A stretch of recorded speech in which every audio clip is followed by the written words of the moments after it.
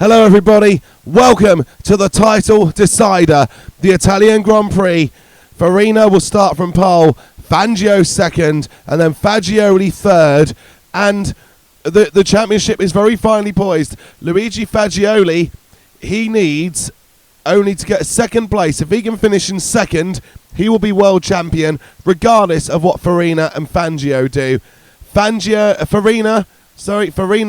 needs to outscore Fagioli by 4 points. If he gets 3 points and ties with him, we of course run the I got here first rule, so Fagioli would stay ahead. So Farina needs to outscore him. He needs to get 4 points. So that's the third if Fagioli doesn't finish.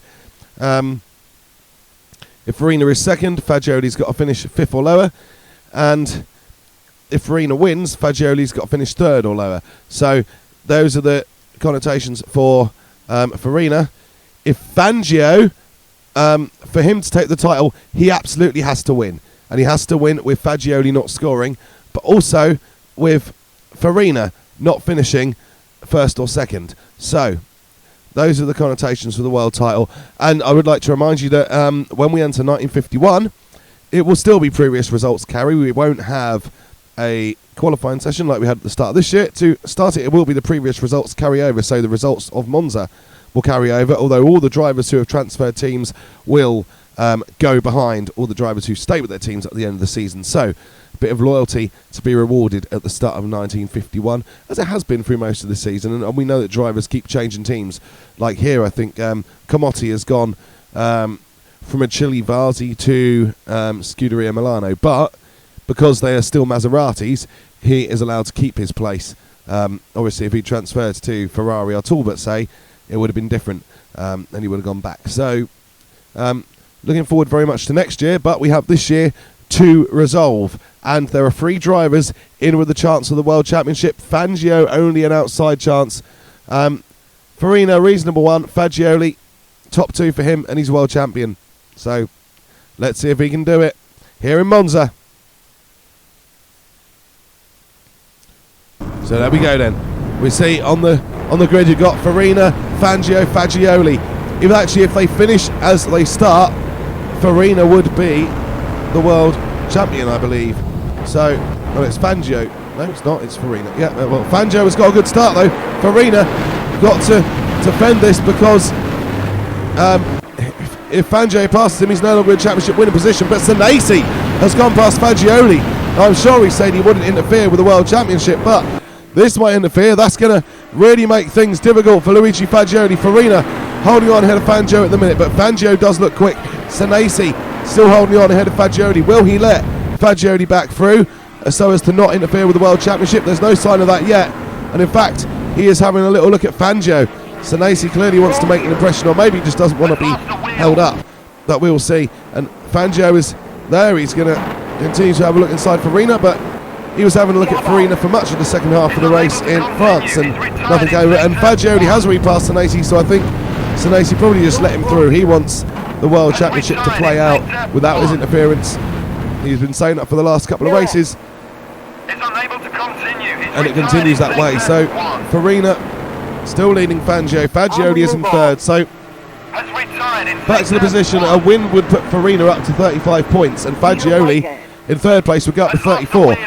So one of 2 things needs to change now for Fagioli to be in championship winning position.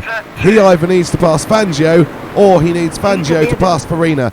Either one of those will do, but of course he needs Farina to have retirement, because if Fangio is to win with Fagioli in second, then Fagioli would be world champion, because Fangio is a full 6 points behind him. But I think it's quite crucial that Fagioli scores. He can't afford a retirement of his own, and to be fair, the reliability of those Alfa Romeos has been pretty good this year. We haven't had many. I remember I think Fangio's had 1 or 2 issues. Farina, I know he crashed out of Silverstone. I think he went out of another race, but he was sort of saved by the game refusing to place him in 19th on the grid and putting him second in some of those races. We'll soon see how that works out. But let's go back to the Alphas now, because Fangio is having a look at Farina.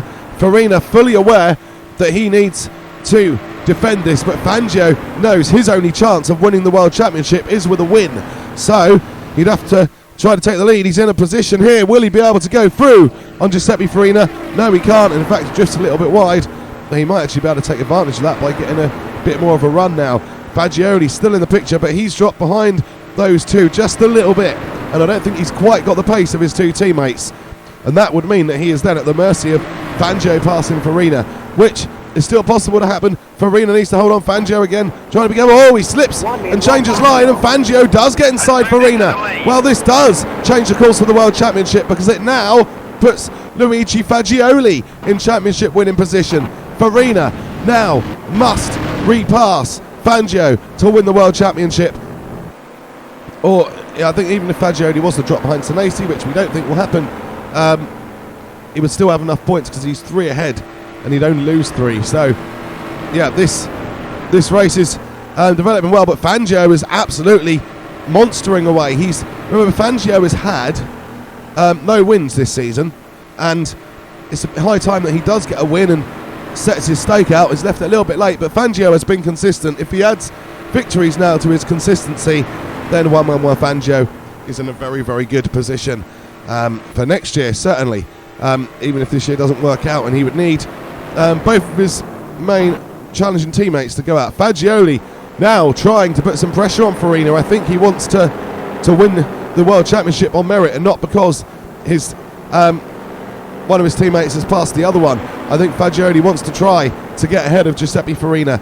Well, Fangio still leading. I think now we are coming up to half distance in this Italian Grand Prix, and at the moment Luigi Fagioli is still on course to take the World Championship. Farina needs to find some pace from somewhere. He's dropping back at the moment. If he wants to win this World Championship, his only way, with the way things stand at the moment, his only way is to get back up and to pass Fangio. Let's have a little look at those Maseratis. They're having a little battle between themselves, as they have been quite regularly recently. And Ascari's Ferrari is up to 13th, so not doing too badly. Taruffi, remember, he is a 5th Alfa Romeo this year. He has got up to 15th so far. Started at the back, of course. Said this year, I meant this race. Is unable to continue. He's retired in sector 3. The Alfa's at the front, still remaining unchanged. Fagioli has dropped back from Farina again. Retired in sector 3. And but yeah, he does look just not to have the pace of his teammates. So it's still all down to what happens between Farina and Fangio, and Farina is catching Fangio again now. So this World Championship, it's not decided yet. There is still a question mark. It is still up for grabs, and Fangio continues to lead it. Again, he is doing all he can to boost his chances of winning the World Championship, but while his teammates remain in position, it's most certainly not going to happen for him. So Fangio, though, will continue to push and to try for this result. Whilst we watch Senesi, he is in 4th place. I think quite happily sitting there now. And then you've got Byra attacking. Oh no, it's Comotti attacking Byra. Comotti getting through into the points. So Comotti is another driver who hasn't scored points all year. We haven't had that many drivers score points. So Comotti would love to add his name to the score sheet, and this is his last chance to do so. Fangio still leading Farina and Fagioli as we come into the final lap.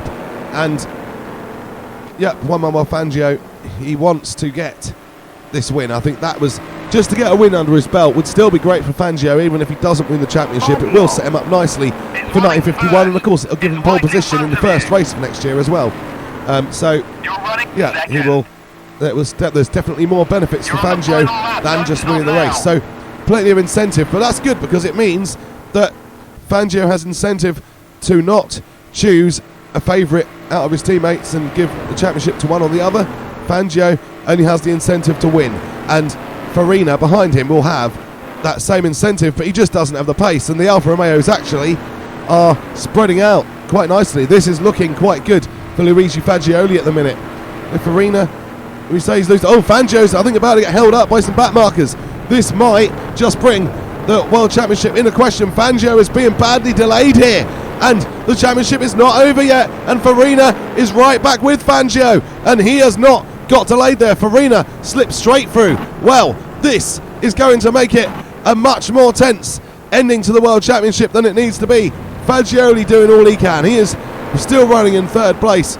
He just wants to bring the car home and hope that the result goes his way now. He knows that he's not got the pace, and I think to try to push that pace would lead to him going off. He doesn't want that, because then he definitely would not win the World Championship with his two teammates running 1 and 2. So Fagioli still sitting in third place, finally gets past the back markers. He got delayed worse than Fangio, but Farina, he still has a chance. This for the World Championship. If Farina can pass Fangio into the Parabolica, he will just edge it from under the nose of his teammate Luigi Fagioli. Fangio will try his best. Farina is having a look. He is having a look. What's going to happen? Fangio retains the lead. He is still in the lead as they come down and enter into the final straight. Farina getting close, but to get the slipstream and pass Fangio before the line, I don't think it's very likely to happen, but Farina does have a bit more speed. I don't know if it's enough. Will Fangio hold on? Can Farina do it? I think Fangio is going to break Farina's heart here, and Juanmanuelfangio crosses the line to win the Italian Grand Prix and to clinch the World Championship for Luigi Fagioli. Giuseppe Farina, he comes home in second place. Luigi Fagioli lost a lot of ground in the end, but third is enough for the World Championship for Luigi Fagioli. Consalvo Senesi, he finishes fourth. And then Comotti in the Maserati, he becomes the point scoring Maserati this weekend, and he takes a couple of points. So, great end to the World Championship, intriguing throughout the final Grand Prix. Fagioli holds on by virtue of Fangio holding on, and the World Championship goes to the veteran. So another run through the results then. Juanmanuelfangio, he is the race winner for Alfa Romeo. Giuseppe Farina, he finishes second. And then Luigi Fagioli, he finishes third for Alfa Romeo. Consalvo Senesi in fourth place, and francocomotti in fifth. So those are the point scorers. Let's have a look at the World Championship.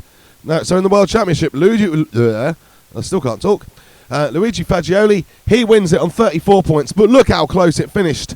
Farina just one behind on 33, and Fangio one behind on 32. If only there was another race, that would be a proper grandstand finish to the season, wouldn't it? But Fagioli did enough to have that advantage going into the final race, and he just clung on. Louischiron, not threatened for fourth, finishes fourth in the championship, got up to ninth in this race, not able to recover quite enough to get back into the points. I'm sure he would have liked to have ended the season on that note, but still fourth place in the championship, not bad for a Maserati team who were, apart from the first couple of races, massively outclassed. Parnell, he finishes in fifth, all of his points coming for Alfa Romeo before switching to Maserati. Byra, he finishes in sixth place in the championship on 10 points. Then Hampshire seventh.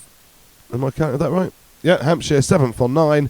And then Senesi also on 9. De Graffenried ninth on 2. Comotti 10th on 2. The Constructors' Championship, Alfa Romeo 121, Maserati 41. Thank you so much for watching. 1951 to come soon. Please like and subscribe, and take care.